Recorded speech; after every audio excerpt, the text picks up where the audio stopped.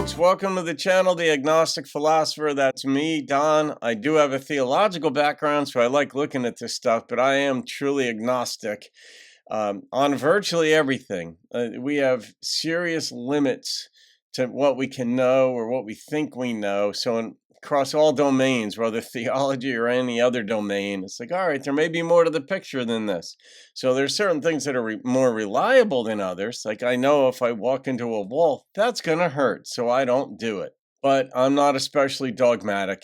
And this one, though, was Christopher Hitchens afraid of death, in his own words. So it's a short, and I like doing shorts because they don't take that long, obviously. I also like Hitchens from the standpoint, I don't like that he's so acerbic or so sort of in your face or crass, but I do like that you never have to guess about what he's thinking or saying. He does not couch his, he did not, since he's passed away, but he did not couch his words. He was not veiled, cryptic. He didn't try to play nice. He came out pretty hard. So let's see what he says about death.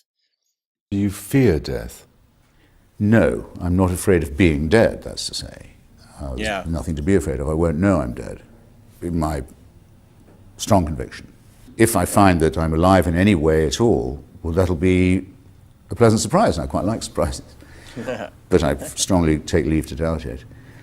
I'm afraid of a sordid death. I'm afraid that I would die in an ugly or squalid way. I mean, cancer can be very pitiless in that. Yeah, there's the distinction between death and dying. When you study philosophy, which I did back at Rutgers, one of my two majors was philosophy. You do study that death and dying are two different things. One is a process, the other is a state, if you will.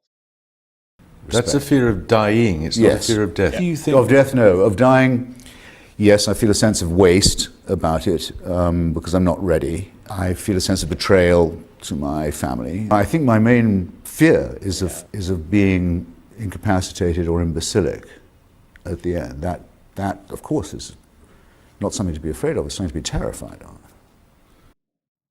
of. Yeah. Yeah, I mean, a lot of us have ideas. Most of us don't focus on death as much as we ought to.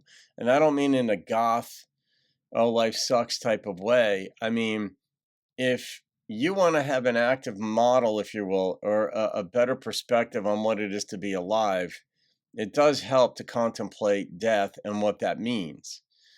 And you're not going to bring it up at a party necessarily, but I think it will inform us as to how we're going to relate to various life events, whether bad or really good.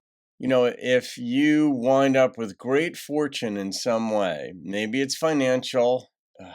Most people equate that to financial abundance. But if you wind up in some way with great fortune, the advantages of a comfortable life, great foods, wines, travel, whatever, let's just say that's your conception of it.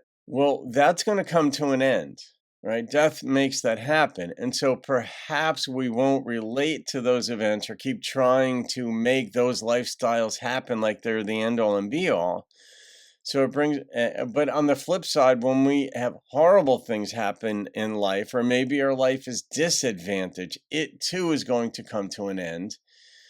And whether there is this concept of heaven or some other thing, like he even said, well, that'll be a great surprise. He doubts that that's going to be the case.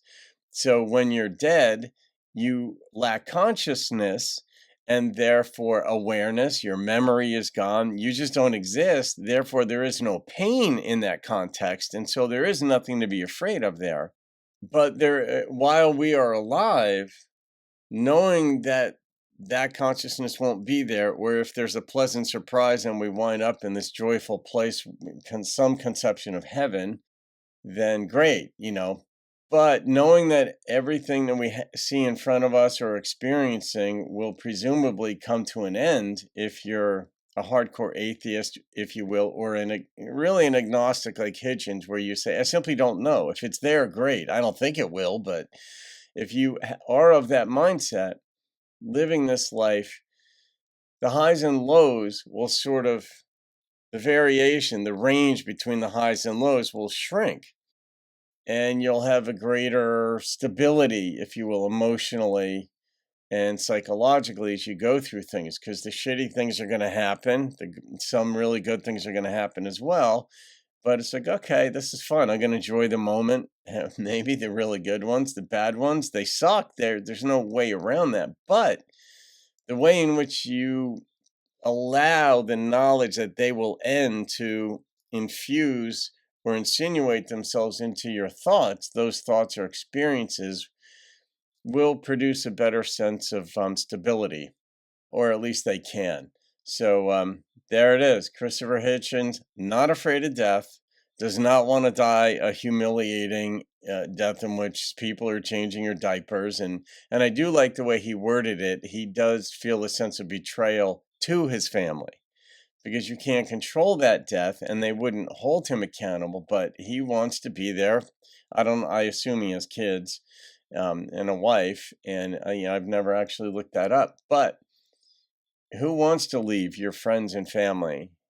Who wants to become so incapacitated that you can't, but other people must attend to you, feed you, change your diapers, and you sound stupid because maybe your mental faculties go. And the idea of that is just, he said it's something to be terrified of. So, yeah, I mean, I can share in some of his ideas, because those are basically mine, modified a little bit, but mine. All right, guys, leave your comments. I read them. Leave your suggestions for reactions I can do or videos I can do and cover certain topics you may be wondering about or troubled by. Have a great day. I'll see you on another video, and keep thinking philosophically.